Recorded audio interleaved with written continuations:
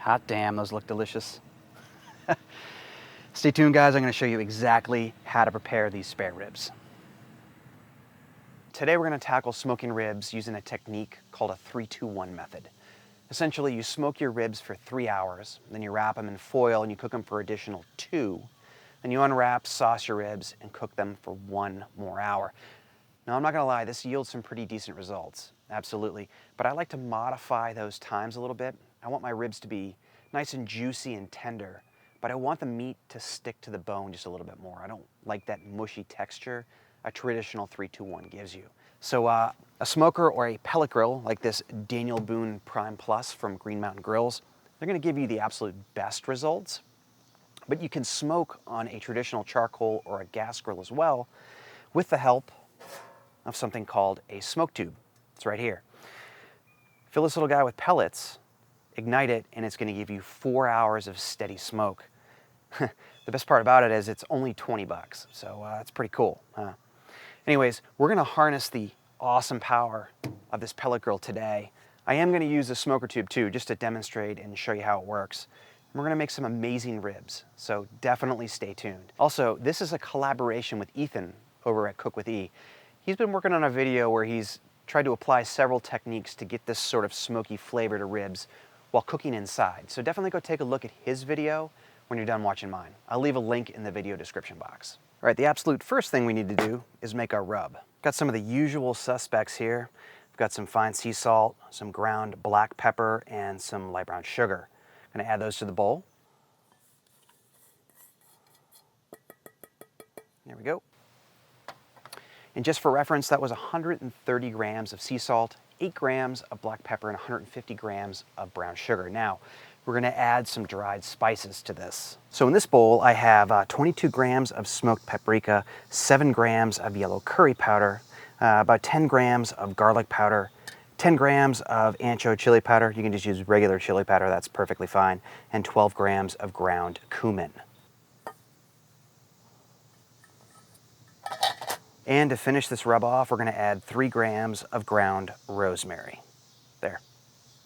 Give it a quick stir, just to combine all of the ingredients evenly. This looks pretty good. Nice. Now, instead of using your fingers to apply this rub to the ribs, grab an old spice jar or an old salt container like this and make a shaker out of it. You get a much more even application by doing it this way. All right. Slap a lid on this puppy. Done. All right, let's talk rib cuts. Today I'm going to smoke some St. Louis spare ribs. This cut is essentially spare ribs with the breastplate and the rib tips removed.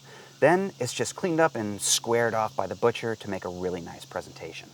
These beauties come from directly behind the pork belly, as opposed to loin ribs, which come from the loin area of the hog. Now you're probably wondering why I'm using spare ribs as opposed to those popular baby back ribs. Now, not to take anything away from baby backs, but I like spare ribs for a few reasons. One, there's more meat in between the bones here. It's a meatier rack. Also, these bones are flat. That helps out with presentation. Baby backs tend to be curved. I like the flat bone better. Also, there's more fat on a rack of spare ribs. Now, this fat's gonna render when we cook. It's gonna provide some additional flavor, and it's gonna keep that meat moist and tender, not allowing it to potentially dry out. Now, this cut has been mostly trimmed up by the butcher, but it's always a good idea to examine the rack, square it up by removing any last bits of excess fat, or possibly even a half-cut bone at either end of the rack. You'll also want to remove this membrane right here. Any rub that you add to this rack, it can't get through that membrane, so it's not going to season the meat underneath. So, pretty easy to do. Just grab a butter knife and run it up underneath in between the membrane and a rib bone, like this. Then grab yourself a paper towel and just pull, because it's kind of slimy, you need these paper towels, and pull it off. You may have to do it in 2 pieces. Sometimes it comes off in 1. Looks like I'm not too lucky today. Gonna have to do it in 2. Oh, actually, we're pretty good. Yeah. Now we need to add a binder for the rub to stick to. I'm going to use some mustard here. You can also use oil. If you're using mustard, Dijon or yellow mustard is perfectly fine. Either one does great. It's nice to have some options. Go, there's that. Flip it over.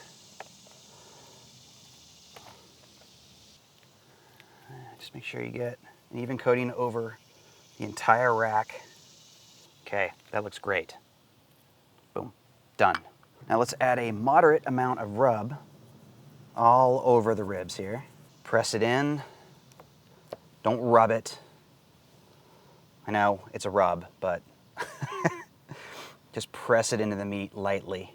There you go. Flip the rack over and continue the process. There, that looks wonderful. Little pressy press. Nice. Now we're just going to let this rack rest for about 10 minutes while we get the grill set up. Okay, it is time to light the smoke tube. You can see that I have it full of pellets. I'm using a blend of maple, hickory, and cherry wood. It's called a competition blend. I'm just going to ignite the top here. These pellets just need to get nice and hot and ignite, catch a flame real quick.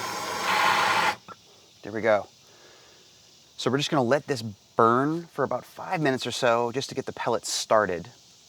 And then the flame should extinguish at that point. If not, I'll just blow it out and I'll get my grill going.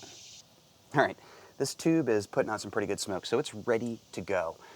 Quick word on placement. If you have a piece of equipment like a pellet grill that has a chimney, put this tube, this smoke tube, on the opposite side of the grill from the chimney. That way the smoke will move across the inside of the grill over your meat or whatever you're smoking and then out the chimney.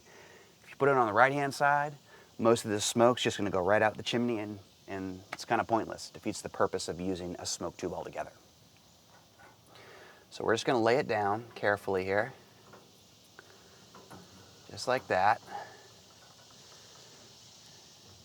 Then I'm going to start up the Green Mountain Grill, get it up to temp, and we'll start smoking our ribs. This pellet grill is up to 250 degrees Fahrenheit or about 121 degrees Celsius. That's exactly where I like to smoke my ribs. It's the perfect temp. These ribs are looking fantastic. You can see the rub that we applied earlier is looking really nice. It's doing its job. These ribs are looking kind of wet. That means they're ready to go. We're going to place them inside the pellet grill just to the right of that smoke tube. We're going to let them roll for about 2 hours, and then we'll come back and check on them. All right, when you lay your ribs in here, just give them a little push together here. That'll straighten the bones out in the rack. It'll make it easier to cut later on. Now, some folks like to spritz their ribs while they're smoking. That additional moisture in the chamber is supposed to keep the rib meat moist, but I haven't really noticed much of a difference, so I don't do that. I skip that step. So again, let's smoke these guys for 2 hours. And while they're smoking, we'll go in and make a delicious apricot and rosemary barbecue sauce.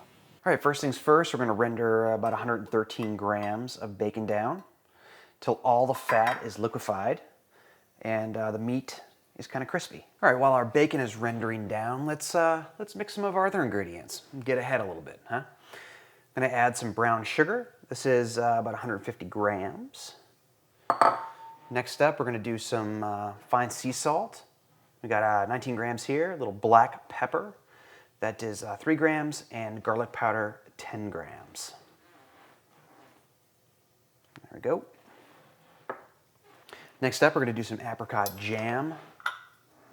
This is, or preserves. This is about 170 grams here.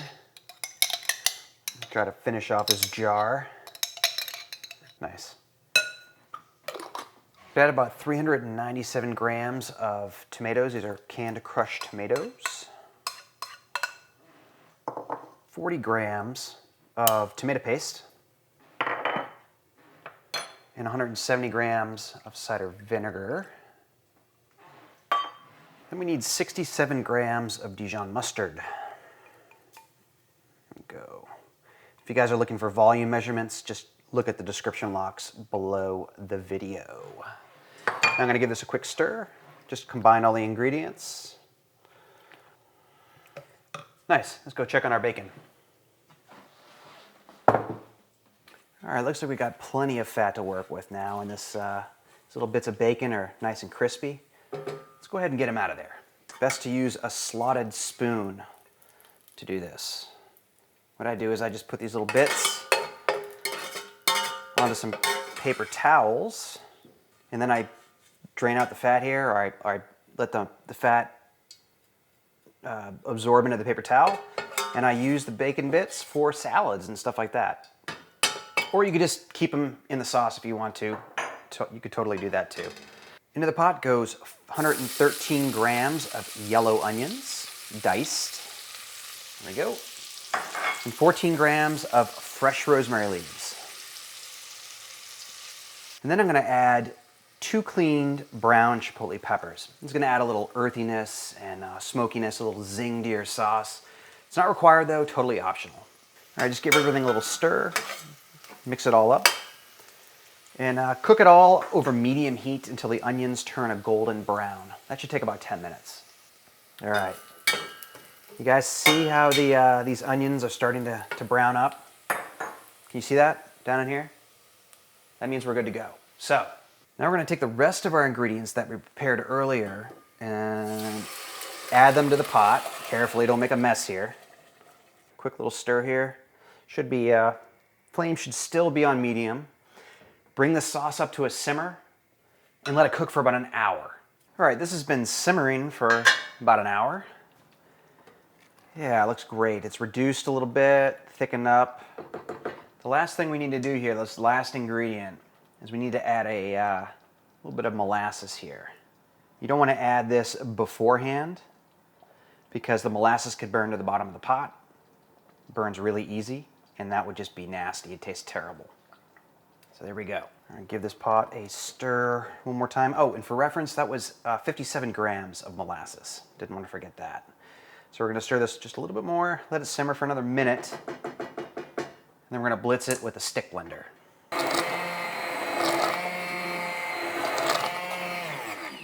All right, that looks pretty darn good. Beautiful. All right, we're going to let this cool off while our ribs are smoking. Just going to put a lid on this thing and let it hang out. We'll go check on our ribs. Well, it's been about 2 hours, and man, this smoke tube's still going nice and strong, isn't it? And these ribs, man, they look fantastic. They're developing a nice, rich mahogany color. Can you guys see that? And the rub that we added, it's sticking to the surface of the rack nicely, so it's going to add a beautiful layer of flavor underneath the barbecue sauce. Let's pull them. Man, these look and smell so good. I cannot wait to dig into them. The second step in this whole process is that we got to braise our ribs. And we're going to wrap them up in foil nice and tight to do just that. But first, we need to add some other goodies. I'm going to start with a little bit more of my rub. Just going to sprinkle that in here. Not too much, just a little bit. Then we're going to add some butter, because everything's better with butter. Maybe 5 little pads like that. I'm going to go in with some brown sugar, just like that. Okay, that's good. Now we're going to go place our ribs on top. We're going to go meat side down. There we go. That way, when all of this stuff melts, the meat of the ribs will be resting in all those juices and braising really nice. Last thing we got to do is we got to add some applesauce, but I need to kind of create some walls here with the foil so the juice doesn't run all over the place. Should do good. All right. Not much, maybe about a half cup. That's good. Not too much. Now we just need to wrap these babies up in foil nice and tight so they don't steam, they braise. That's the goal here. And notice I'm using 2 layers of foil. You don't want your the rib bones to poke holes in your foil, then you lose all your juices and you get a dry rib. That's no good. So nice and tight, just like that. We're gonna go back onto the grill. I'm not gonna adjust the temperature at all. We're gonna do probably another hour, hour and a half. We'll check them then, okay?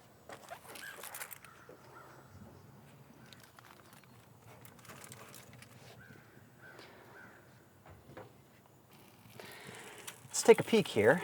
We're looking for the meat to shrink up a bit. Yeah, you see this pullback from the rib bone? About 1/4 to 1/2 inch is good. It's a really good indication that these ribs are ready for sauce. Let me just check the tenderness of the meat here. Yeah, there's no resistance. These ribs are ready to go.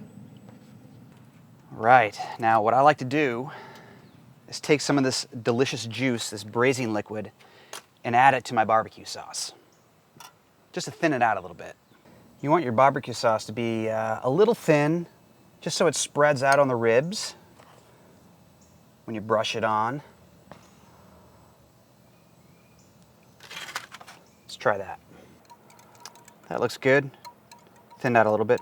Nice. Now we just brush the bottom of our ribs with some of this barbecue sauce. Delicious barbecue sauce we made earlier. Oh man, the rosemary and the apricot. It's gonna go so well with the rub that we made. Just make sure when you add this barbecue sauce, you're not smothering the ribs with it. You're just applying a nice even amount all the way across the rack. There we go, nice. Now we're gonna flip the ribs over and apply some of this sauce to the top. There we go. Nice. Pretty much done with the foil at this point. I'm gonna just put that over here. Clean my hands off, and you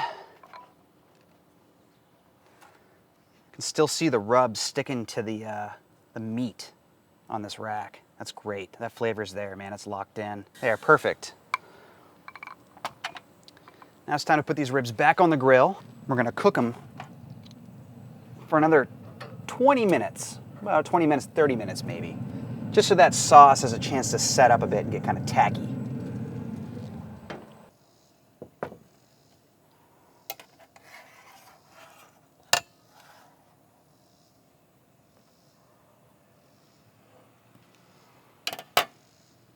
I can't get over how beautiful these are. Of course, it's 100 degrees outside and 100% humidity. Sweat my butt off, but at least I've got delicious ribs. Let's cut a center rib off.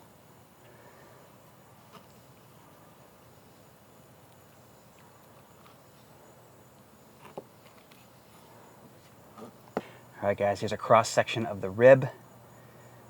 Got a really nice smoke ring. It's super juicy. You can actually see the smoke ring on this side better. Let me get you a different angle here. Can you see right here? See that a little bit better? Yeah, it's got a pretty good smoke ring. Let's taste. I've been waiting for this all day. Man, I cannot wait to dig into these.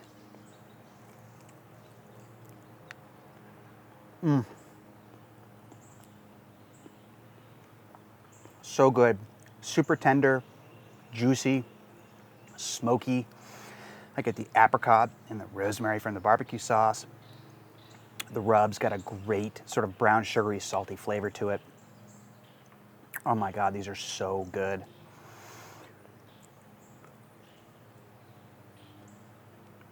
They're staying on the bone. Meat's not mushy, but it is really tender. Home run, absolute home run. All right, guys, I hope you give this recipe a try. Let me know what you think in the comments below. Make sure you check out Ethan's video. Really curious to see what he's been up to. Anyways, have a good one. I'll catch you next time.